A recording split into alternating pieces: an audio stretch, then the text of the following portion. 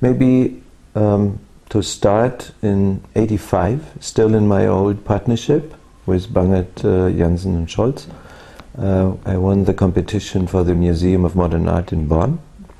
It was, well, actually it was a whole complex, including the Bundeskunsthalle, but things with the Chancellor Kohl went not so well. So it was Gustav Peichel later to build the Bundeskunsthalle. But this project really started something what I could understood as architecture for myself.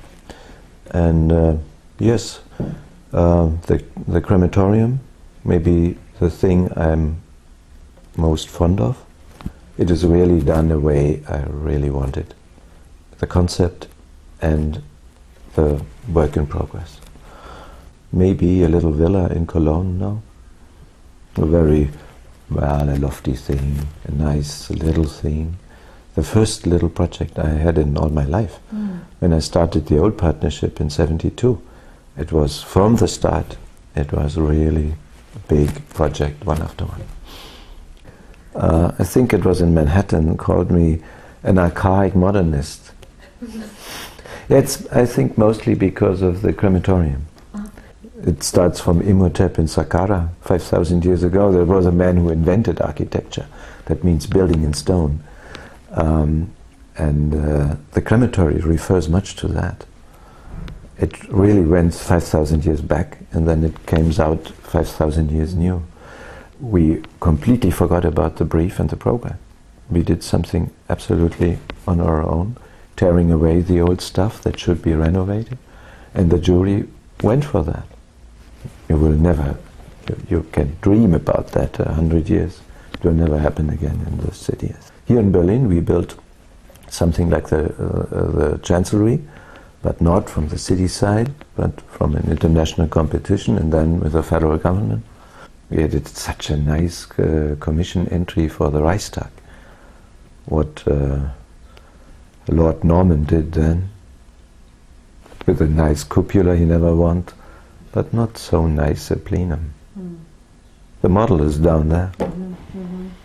Still, that was our that was meant to do by us when it comes to our architectural belief, and not the Chancellery. And it comes just the other way around. We won at the same time, at the Reichstag competition was decided, we won the overall urban design competition.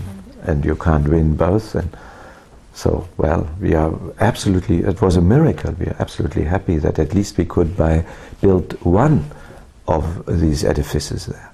We have to win a second international competition for the Chancellery.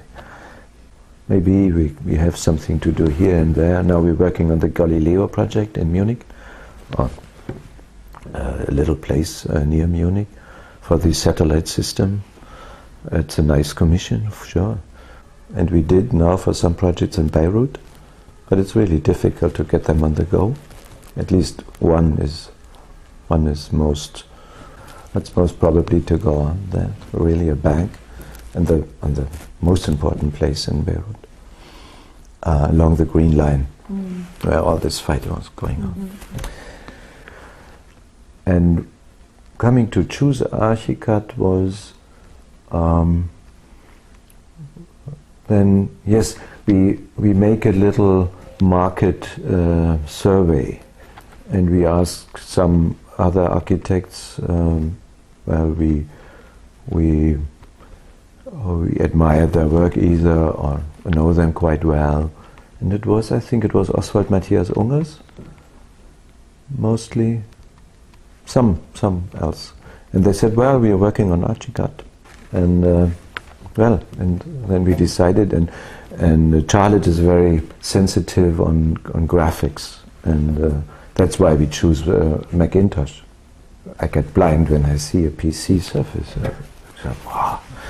And that was something that Charlotte decided mostly. Said, well, okay, with this thing I can work, and I like to work. My partner Charlotte is absolutely fond of, and all my colleagues down there, they are used to it now for maybe 15 years or more. And we never think about something else, as we never think about switching from Apple to PC. It is Apple and ArchiCAD for us. So, good. Of course, if you can do in one program, you can.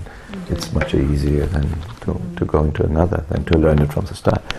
When it comes to architecture, and all through the ages, it is never upon style, as it is handled so often nowadays. I think it is all about space, and when things go well, it is suggestive space that really moves you. And this is maybe the most advantage thing in architecture, that it goes not only to the literate, not only to the people who knows already, but it goes to the naive as well.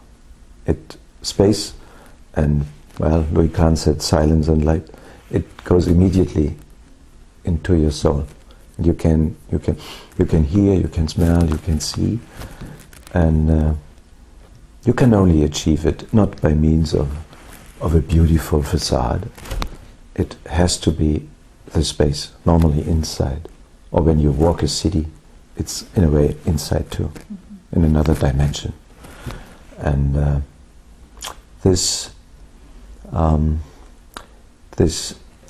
very sturdy belief in space as the most quintessential thing in architecture, this is really something that must rely on the contrast of, say, materials, the contrast of the heaviness of piled up earth, like concrete nowadays, and the most delightful, the most light coming out, the sun. And if these things can marry together, then there could be something like architecture. And I think it has to do then with something that has to last forever. And that's why I'm so pessimistic, as I told you. I'm so pessimistic that things nowadays are just are telling all the story about design. Design is something could be beautiful, could be like a Maserati quattroporte, but when it comes to building and to build something that has to be torn away 20 years later, because it is all about investment, it's all about making profit, making money, then I think there is not a chance for this marriage. No, there is no change I could think of or prescribe, not at all. No, things will happen that way, and that's why I called myself a romantic pessimist. I will fight for myself, and I will fight for my projects if I get one, some. But there is no way to get out of this overall rule of money, and it will be getting worse and worse and worse. Money goes the most secure way, and I don't take a risk for a young one. It can never be done only with work. It may be so gifted as you will. You have to care for a name then, as it was never before. When you have passion and when you have persistence and when you believe that you can be absolutely stubborn on this way, then of course you will ever have a chance, of course. When I decided to study architecture, to get an architect, to become an architect, then I take a long visit to Greece, and I was absolutely disappointed with architecture there. Everyone said, "Oh, Greek architecture, the classic way. Look at that. Look at the Parthenon, maybe." I was so disappointed with this. Well, pretty perfect, well done detailing, well done architecture as a sculpture, but it was nothing more. And I have this dream from the very first start that it must something that is not going into well-educated eyes, from kind of proportion or finely chiseled things, I've always said it must get into my soul, into my heart, immediately. That's what I want about architecture. But I was lucky then. I went with a friend, and I was 18, I think, and we get into the Hagia Sophia. And that was it. It was this first visit, and never more. I insist heavily that architecture is not art. Absolutely not. It's architecture. It's absolutely something different, and it's never free in a way. But it always has this balancing between freedom and necessity. And if it is not both, then I can't believe in it. And in this way, when you have all the freedom of the machine, because the machine is doing, and of course the machine couldn't produce from its own will. But what I meant with a hint, yeah, let's try and let's Bob Dylan was Bob Dylan. Bob Dylan, yes, and I don't know what song it was. I know my song well before I start singing.